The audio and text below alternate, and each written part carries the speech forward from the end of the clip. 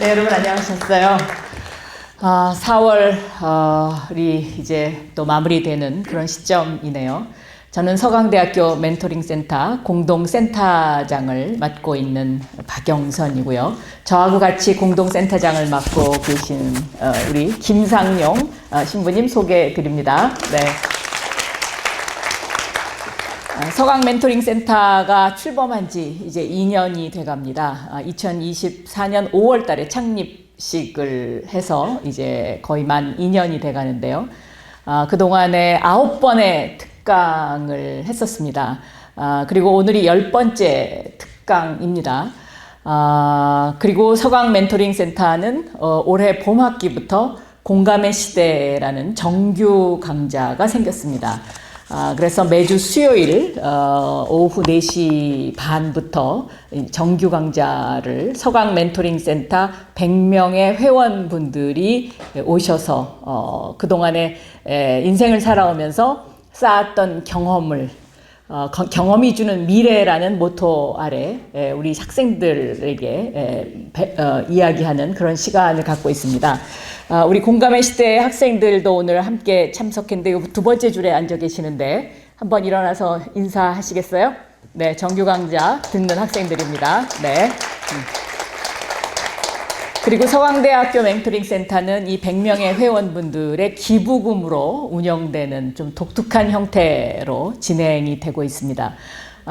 우리가 이 세상에 태어나서 사회의 후배들을 위해서 뭔가 좀 작은 미랄이 되어보자 라는 그런 우리나라의 각계각층의 전문가 100분이 모여서 이 멘토링 센터를 함께 운영을 하고 계십니다. 오늘 패널로 나와주시는 윤석진 전 키스트 원장님도 저희 회원분 중에 한 분이십니다. 일어나서 인사하시죠. 네. 오늘 10번째 특강은요, 그동안 9분이 모두 남성 리더들이었습니다. 여성 리더 특강은 이번이 처음입니다. 제가 그래서 생각해 보니까 우리 사회는 아직도 이 여성의 리더를 찾는 것이 남성에 비해서는 쉽지 않다. 그런 생각을 하면서 제가 오늘 이 자리에 왔습니다.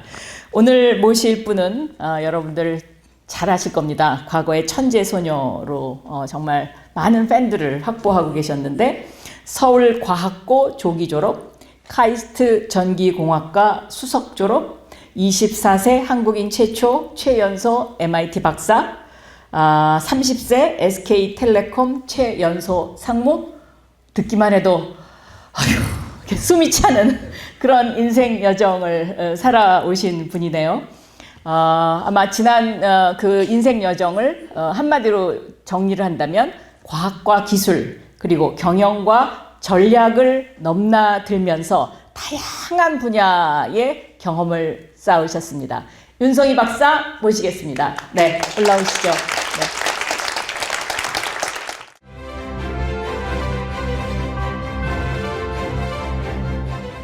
네, 안녕하세요. 방금 소개받은 윤송희입니다. 이렇게 뜻깊은 자리에 초대해 주셔서 먼저 감사드립니다.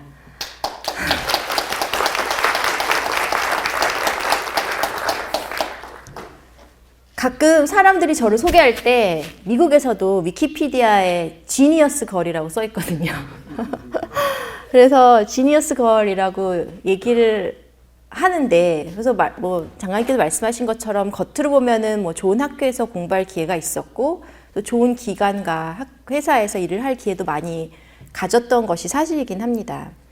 그리고 또 제 이력을 보면 제가 마치 처음부터 어떤 특별한 목적을 가지고 그런 커리어를 쌓아왔다 이렇게 생각할 수도 있을 것 같습니다. 그래서 그런 질문을 많이 받거든요. 어렸을 때 어떤 생각을 하고 그런 선택을 했는지, 또 어떤 그런 커리어를 쌓았는지. 근데 사실 저는 그런 생각을 하고 한 거는 아니고, 특히 오늘은 그런 표면적인 것보다는 평가를 하지 마시고 제가 이렇게 오늘 공유하고 싶은 제 생각과 그런 경험들을 바탕으로 이렇게 얘기를 들어주셨으면 좋겠습니다.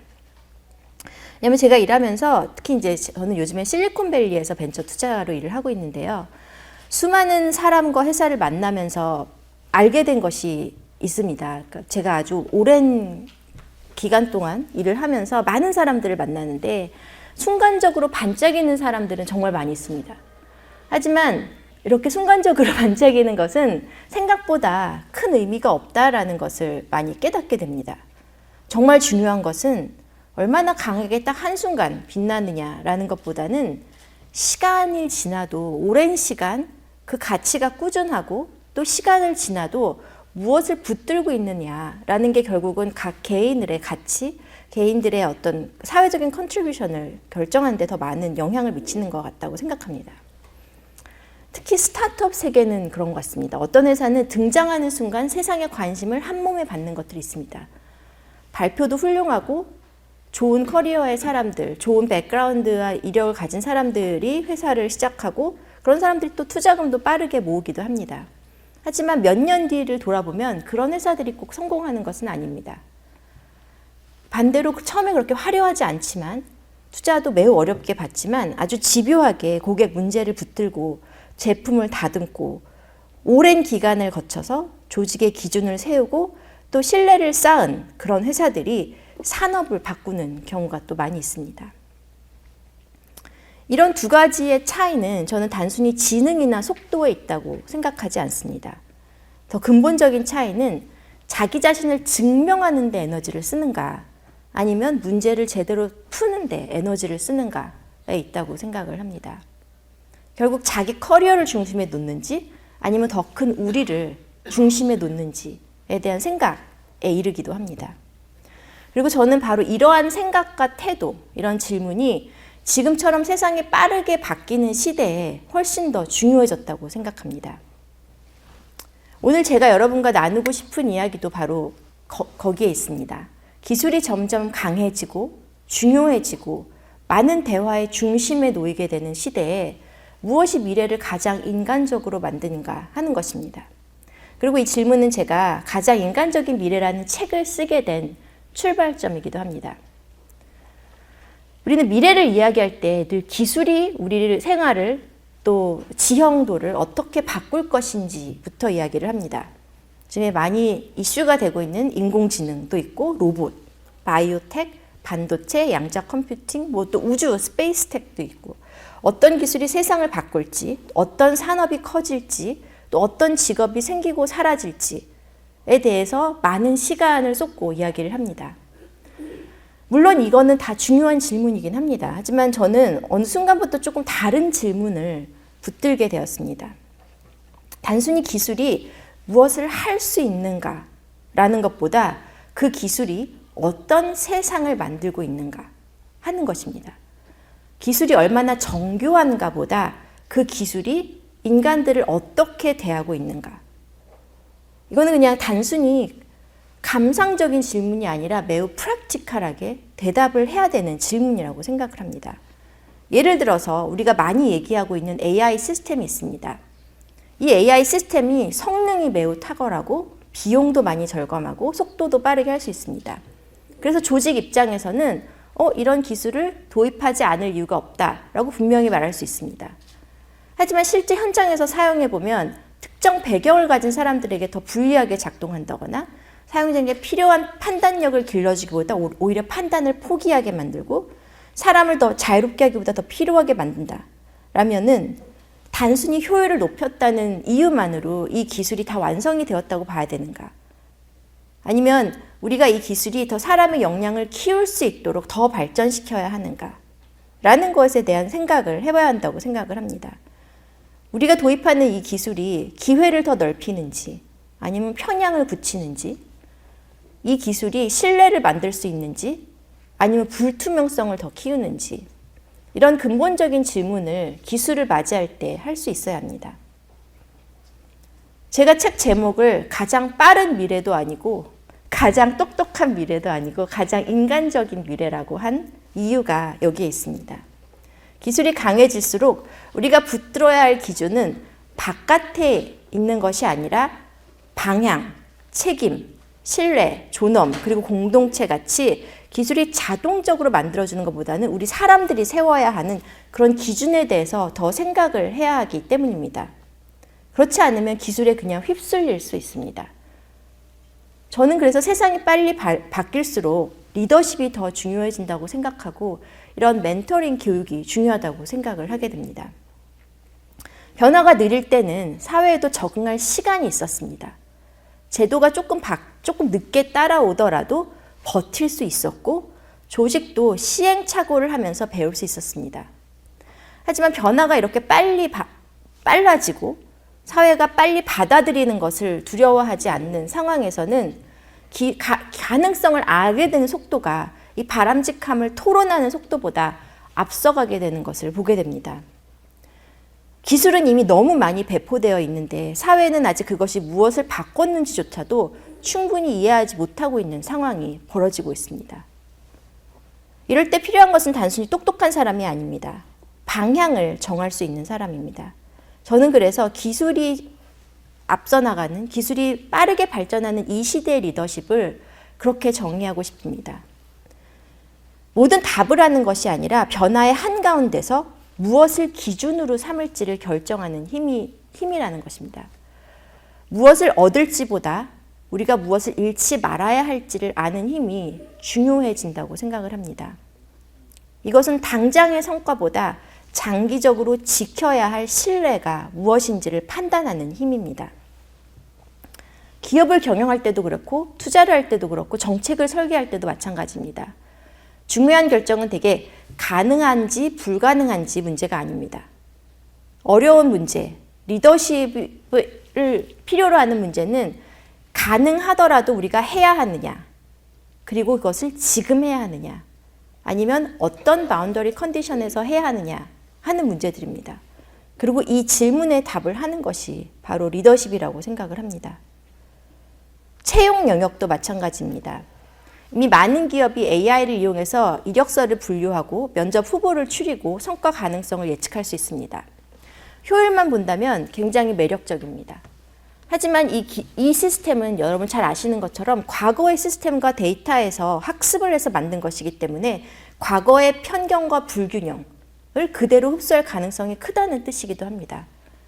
문제는 편향이 존재하는 사실보다 그것이 규모 있게 자동화될 수 있다는 데 있습니다. 우리 사회가 가지고 있는, 그러니까 말씀하신 것처럼 여성 리더가 많이 없는 이런 사회의 모습이 그대로 복제돼서 더 커지고 자동화돼서 리더의 모습은 이렇게 돼야 된다는 것을 굳히는데 더 많은 기여를 할 수 있는 것이 이런 기술이 됩니다.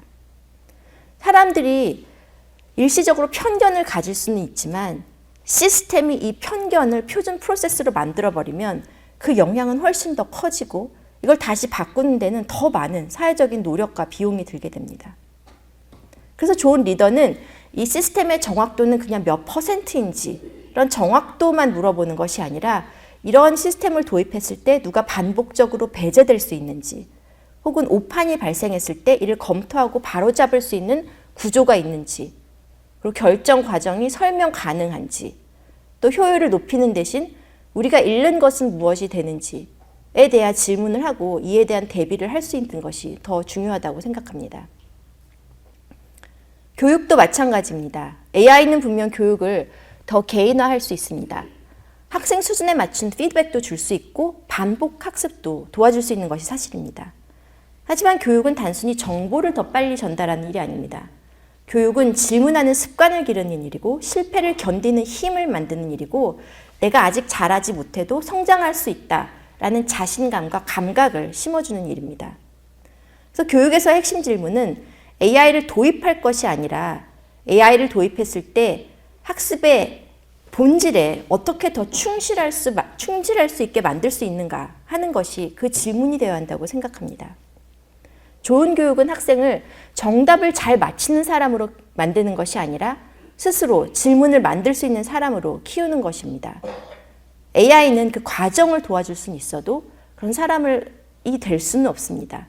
대신할 수는 없는 것입니다. 자동화는 생산성을 높입니다. 그리고 그것은 부정할 수 없는 사실입니다. 문제는 그 전환의 속도와 비용을 누가 감당해야 하는 것입니다. 어떤 사람에게 혁신은 새로운 기회가 될 수 있지만 다른 사람에게는 준비할 시간이 없이 생존 방식이 바뀌는 충격이 될 수 있습니다. 그래서 기술 도입의 성공은 단지 ROI로만 측정할 수는 없다고 생각합니다. 특히 리더의 관점에서는 그렇습니다. 조직이 사람들을 어떻게 전환시키는지, 재교육의 비용을 누가 분담해야 하는지, 생산성의 이익이 어떻게 분배되는지까지 같이 봐야 한다고 생각합니다. 하나의 기업에서 모두 해결할 수 없는 문제라면 사회적인 담론을 이끌어야 하는 문제이기도 합니다. 따라서 기술은 할 수 있게 만드는 힘을 만들지만 이를 둘러싼 정책과 제도는 그 변화를 사회가 감당할 수 있게 만드는 장치를 만들어냅니다. 그래서 기술과 기업과 정책은 따로 갈 수 없는 것이라고 생각합니다. 많은 경우에 새로운 기술이 도입되는 시기에 이렇게 기술이 앞서가고 정책이 한참 뒤처져서 오면 신뢰가 깨지는 결과가 나타나게 됩니다. 정책이 기술을 이해하지 못한 채 규제부터 만들면 현실과 동떨어진 제도가 생기게 됩니다. 기업이 시장과 속도만 바라고 달리면 단기 성과는 낼 수 있어도 장기 정당성을 잃을 수 있습니다. 결국 이 셋은 경쟁 관계가 아니라 공동 설계자에 가깝습니다. 그리고 이렇게 새로운 기술이 도입되고 플랫폼 시프트가 일어나는 시기에 이런 공동 설계자의 협력, 긴밀한 협력은 더 중요한 토픽이 됩니다. 이렇게 기술은 가능성을 열고 기업은 그것을 서비스와 제품으로 구현하고 정책은 그 변화가 공정하고 지속 가능하도록 사회적 기준을 세워야 하는 것입니다. 이 세 축이 맞물릴 때 혁신은 단지 새로운 것이 아니라 의미 있는 것이 됩니다. 그리고 이것이 저는 지금 우리가 사회가 당면하고 있는 과제라고 생각합니다. 물론 여기서 저희가 인정해야 할 것이 있습니다. 좋은 의도만으로는 이 협력이 잘 일어나지 않는다는 것입니다. 특히 기술은 기술의 언어를 쓰고 정책은 정책의 언어를 쓰고 또 기업은 시장의 언어를 씁니다. 서로가 중요하게 여기는 타임라인도 많이 다르고 성공의 기준, 측정하는 방법도 많이 다릅니다. 엔지니어는 작동 여부를 보고 기업은 확장성과 수익을 보고 정책 담당자는 공공성과 안정성을 봅니다. 하지만 같은 회의실에서 서로 다른 대화를 하고 같은 합의에 이르기가 어려운 경우가 많은 것이 사실입니다. 그래서 앞으로 저는 이 시대의 아주 중요한 경쟁력은 이런 협력을 가능하게 하는 장을 만드는 능력일 것이라고 생각합니다. 좋은 기술 하나의 발명이 마치 세상을 바꾸는 것처럼 이야기될 때가 많지만 실제로 더 오래가는 변화는 체질의 변화 그리고 좋은 생태계의 탄생에서 나옵니다. 아이디어 하나보다 서로 다른 사람들이 만나고 실험하고 비판하고 수정할 수 있는 그런 구조가 중요합니다. 왜냐하면 오늘의 중요한 문제들은 하나의 학문이나 하나의 산업만으로 풀리는 것이 아닙니다. AI 안전은 기술 문제이면서 정책의 문제이기도 하고 플랫폼의 문제이면서 교육의 문제이고 또 기업의 문제이면서 우리가 지켜야 하는 민주주의의 문제이기도 합니다.